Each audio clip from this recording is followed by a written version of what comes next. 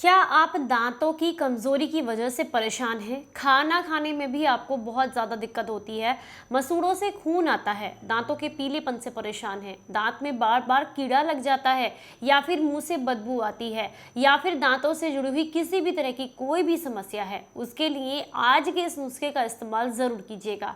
आज हम आपके साथ एक ऐसा होममेड दंत मंजन बनाने का तरीका शेयर कर रहे हैं, ऐसा नुस्खा शेयर कर रहे हैं जो कि आपके दांतों को मजबूती देगा और आपके शरीर के लिए भी फायदेमंद रहेगा। यानी कि जब आप ब्रश करते हैं या किसी तरह का पेस्ट इस्तेमाल करते हैं तो उसके जो फ्लेवर्स होते हैं वो जीभ के थ्रू आपके शरीर तक जाते हैं, जो कि हमारे शरीर के लिए नुकसानदायक होते हैं। लेकिन हमारा जो ये दंत मंजन है जिसका आज हम इस्तेमाल करने वाले हैं, तो ये आपकी जीभ पर अगर इसके जो टेस्ट हैं, जो फ्लेवर्स हैं, जो इंग्रेडिएंट्स हैं वो अगर जाएंगे तो हमें हमारा जो शरीर है उसको बेनिफिट्स देंगे, ना कि नुकसान देंगे।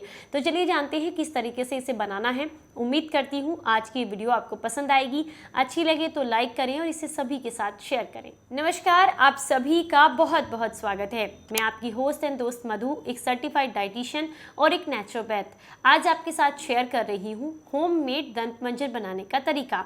इसे बनाना बेहद आसान है। देखिए, बहुत सिंपल से छोटे छोटे तरीके करके यानी कि नुस्खे करके आप अपने दांतों को मजबूत कर सकते हैं। पहले भी कई बार मैंने आपके साथ शेयर किया है कि रात को अगर नमक के पानी के कुल्ले करके आप सोते हैं तो इससे मुंह के अंदर जितने भी बैक्टीरियाज होते हैं दिन भर जो खाने की वजह से आते हैं वो सारे के सारे खत्म हो जाते हैं और आपके दांतों में कभी भी कीड़ा नहीं लगता है।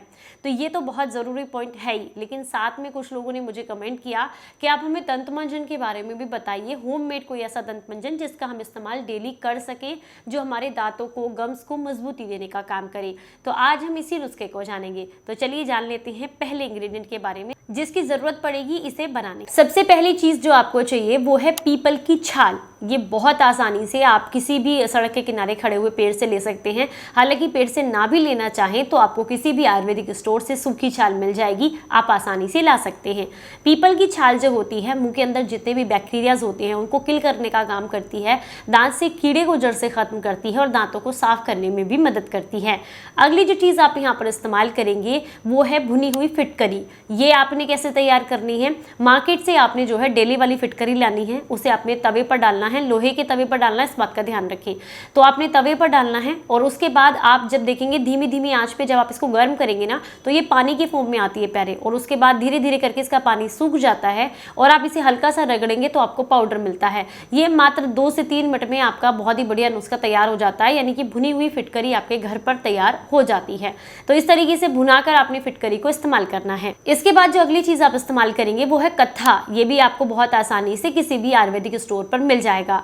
अगली जो चीज आपने इस्तेमाल करनी है वो है सूंठ। ये भी किसी आयुर्वेदिक स्टोर पर आपको मिल जाएगी। सबसे बढ़िया जो फायदा करती है, ये आपके दांतों को मजबूती देती है। जैसे किसी को समस्या होती है ना कि दांत के नीचे जो हमारे गम्स होते हैं ये नीचे जाने लगते हैं, खिसकने लगते हैं, जिससे नीचे से जड़ से खून आने लगता है या फिर दांत कमजोर होने लगता है। तो ऐसी समस्या के लिए आपको जो सूंठ है वो बेहद लाभ देती है। अगली जो चीज आप इस्तेमाल करेंगे वो है काली मिर्च। काली मिर्च जो होती है वो आपके मुंह के बैक्टीरियाज को भी किल करती है, दांत में दर्द में भी आपको आराम देती है, दांत का कीड़ा निकालती है, मुंह की बदबू को भी दूर करती है।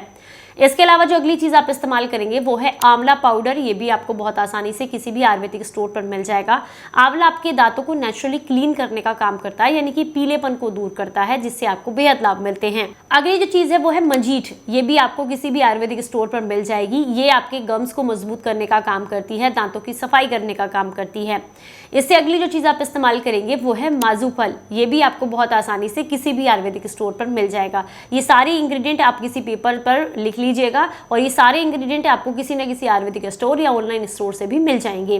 तो जो माजूफल होता है ये आपके दांतों के अंदर जितनी भी सेंसिटिविटी है उसको कम करता है, दांतों को बैक्टीरिया से बचाता है, दांत के कीड़े को निकालने में मदद करता है। अगली जो चीज़ आप इस्तेमाल करेंगे वो है पीपली। ये भी बहुत आसानी से आपको किसी भी आयुर्वेदिक स्टोर पर मिल जाएगी। यहाँ पर आपने थोड़ा सा इस्तेमाल करना है, यानी कि मात्रा में आपको बता दूंगी लौंग का। लौंग जो है आपके दांत के दर्द को भी दूर करेगी, बैक्टीरियाज को किल करेगी, जिससे कि आपके दांत में दोबारा कीड़ा नहीं लगेगा और मुंह की बदबू को भी ये दूर करती है। इसके अलावा आप इस्तेमाल करेंगे दक्षिणी सुपारी आती है, वो भी आपने यहाँ पर इस्तेमाल करनी है। ये भी आपके दांतों को मजबूती देने का काम करती है और दांतों को साफ करने में भी मदद करती है। अगली जो चीज़ आप इस्तेमाल करेंगे वो है बबूल की छाल। ये भी बहुत आसानी से आपको आयुर्वेदिक स्टोर पर मिल जाएगी। ये आपके दांतों को मजबूती भी देगी, क्लीन भी करेगी दांतों को, और अगर प्लाक की समस्या है तो उसको दूर करने में भी आपको मदद करेगी। इसके अलावा आपने इस्तेमाल करना है यहाँ पर सेंधा नमक का।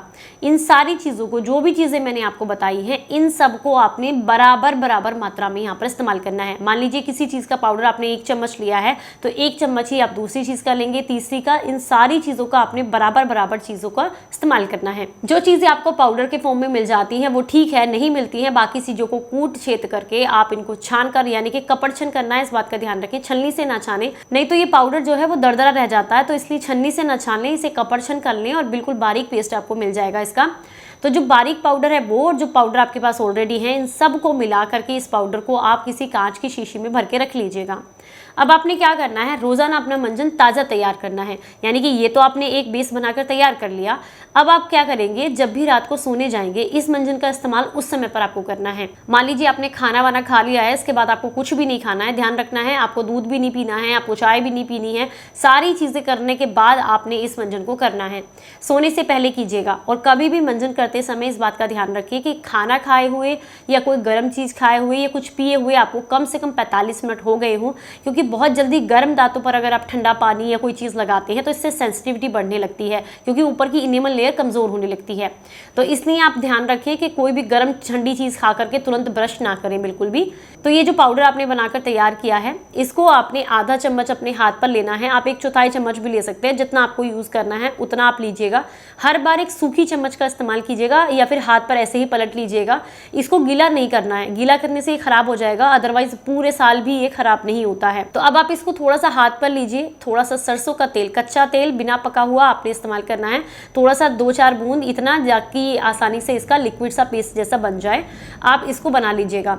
इसके बाद आप जो है या तो चाहें तो किसी ब्रश पर लगा करके अपने दांतों पर हल्के हल्के हाथ से आप जो है ब्रश कर सकते हैं, या उंगली पर लेकर के भी अपने मसूड़ों की, अपनी दाढ़ों की, अपने दांतों की अच्छे से मालिश कीजिएगा। और उसके बाद मुंह में पानी भर के लगभग कोशिश कीजिए कि 15-20 सेकंड्स के लिए आप होल्ड कर सके मुंह में पानी, ताकि जितने भी बैक्टीरिया इधर उधर हैं, जो मुंह की बदबू है वो चली जाए। उसके बाद कुल्ला करके इस पानी को आप बाहर निकाल दीजिए। और ऐसा आपने रोजाना करना है, इसे लंबे समय तक किया जा सकता है। इससे आपके दांत मजबूत होते हैं, दांतों से जुड़ी हुई सारी समस्याओं में आपको काफ़ी लाभ मिलते हैं। और अगर आप चाहें तो हफ्ते में 1 या 2 बार नमक के पानी के कुल्ले भी कर सकते हैं, वो भी आपको बेहद लाभ देते हैं। उम्मीद करती हूँ आज का ये नुस्खा आपको पसंद आया होगा, जानकारी अच्छी लगी होगी।